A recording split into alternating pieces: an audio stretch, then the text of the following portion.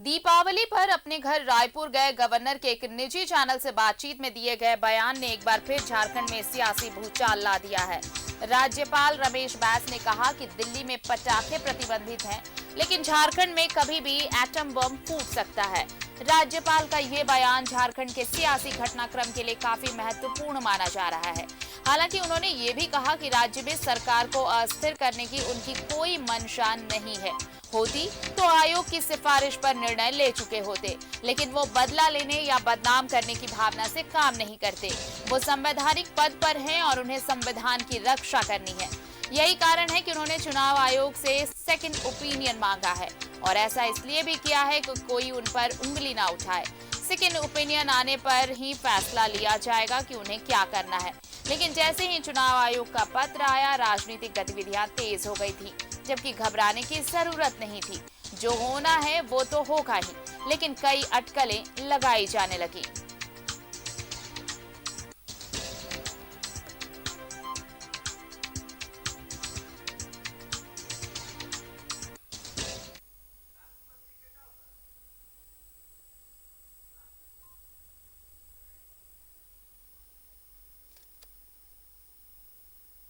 लेकिन मैं नहीं चाहता कि बदले की भावना से या किसी को बदनाम करने के लिए मैं वो कोई भी कार्रवाई करना नहीं चाहता।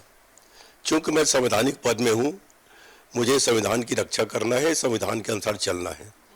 अब इसलिए मेरे ऊपर कोई उंगली ना उठाए कि इन्होंने बदले की भावना से किया है, इसके लिए ही मैंने सेकंड ओपिनियन मांगा है। दिल्ली में पटाखा तो बैन है, झारखंड में पटाखा बैन नहीं है। अब हो सकता है कि एक आध एटम बम फट जाए। वहीं राज्यपाल के हालिया बयान को लेकर झारखंड की अलग अलग पार्टियों की ओर से प्रतिक्रियाएं आने शुरू हो गई हैं। बयान को कैसे लेंगे, क्योंकि उनकी बातें कहीं ना कहीं पूरी राजनीति को गरमा देती है और फिर से ये साफ नजर आया। नहीं, देखिए, महामहिम राज्यपाल जी मजाक में भी किसी बात को बोलते हैं तो उसका अर्थ को अलग अलग ढंग से लोग परिभाषित करने लगता है। जहाँ तक आपको पता होगा कि महामहिम राज्यपाल जी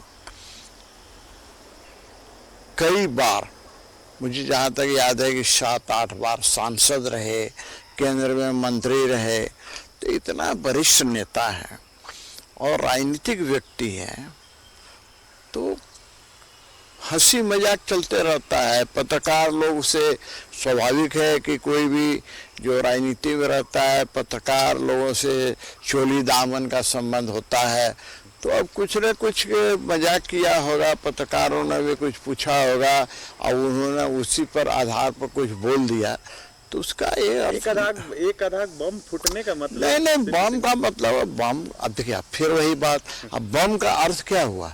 बम तो हम लोग यही जानते हैं कि भाई अभी बच्चा लोग अभी दिवाली में फोड़ा है, चुटपुटिया बम है, तो कोई सूत्री बम है, तो कोई ओरिजिनल बम है। फिर बम में भी तरह तरह का वैरायटी है, तो इसका अर्थ ये नहीं है।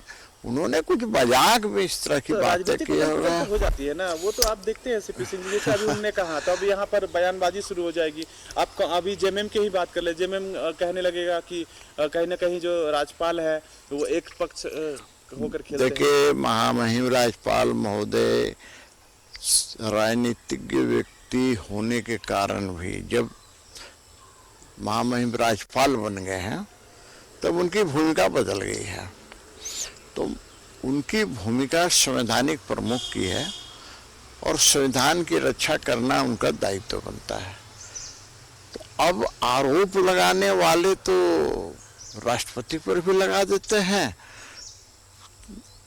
राज्यपाल पर भी लगा देते हैं, चुनाव आयोग पर भी लगाते हैं, ईडी और सीबीआई पर भी। तो इसका तो कोई मतलब नहीं है। तो मैं कहूँगा कि इसको कुछ होने वाला नहीं है। नहीं, होने वाला नहीं, इसको सीरियस लेने की जरूरत नहीं है, और होना रहता तो अब तक हो गया रहता। राज्यपाल रायपुर गए थे, उन्होंने कहा, एक पत्रकार से कहा कि कभी भी झारखंड में एक आधा बम फूट सकता है। वो राजनीति को उथल पुथल की मंशा नहीं थी, लेकिन उन्होंने साफ जाहिर किया कि चुनाव आयोग अगर चाहते तो चुनाव आयोग को लेटर के आधार पर वो कार्रवाई कर सकते थे। लेकिन बम फटने का इस तरफ इशारा करना, तो ये क्या है समझ नहीं आ रहा, क्योंकि उनके बयान के बाद राजनीतिक गर्म आ जाती है। देखिए, हम लोग भी यही चाह रहे थे कि राज्यपाल महोदय के आदेश पे कम से कम बम भी फटे, फुलझड़ी भी जले। लेकिन जिस प्रकार भ्रम की स्थिति लगातार कई महीनों से महामहिम के द्वारा फैलाई जा रही है, तो इसमें ना तो बम फट रहा है ना तो फुलझड़ी जल रही है। राज्य की जनता भी उसी और टकटकी निगाहें रखी हुई है कि कब हमें बम की आवाज सुनाई पड़े या फुलझड़ी की लाइट जो है हमें दिखाई पड़े। हम लोग भी यही चाह रहे हैं कि महामहिम इस पे जल्द निर्णय ले लें। महामहिम ने ये कभी कहा है कि हम चुनाव आयोग से दूसरी बार मंतव्य के लिए भेजे हैं, तो यही बात महामहिम बहुत पहले अगर कह दिए रहते तो जो राज्य में भ्रम की स्थिति अधिकारियों और जनमानस के बीच है वो कम से कम खत्म हो गई रहती। और महामहिम तो स्वाभाविक तौर पे राज्य के अभिभावक हैं। अब एक अभिभावक को इस प्रकार की राजनीति शोभा नहीं देता है।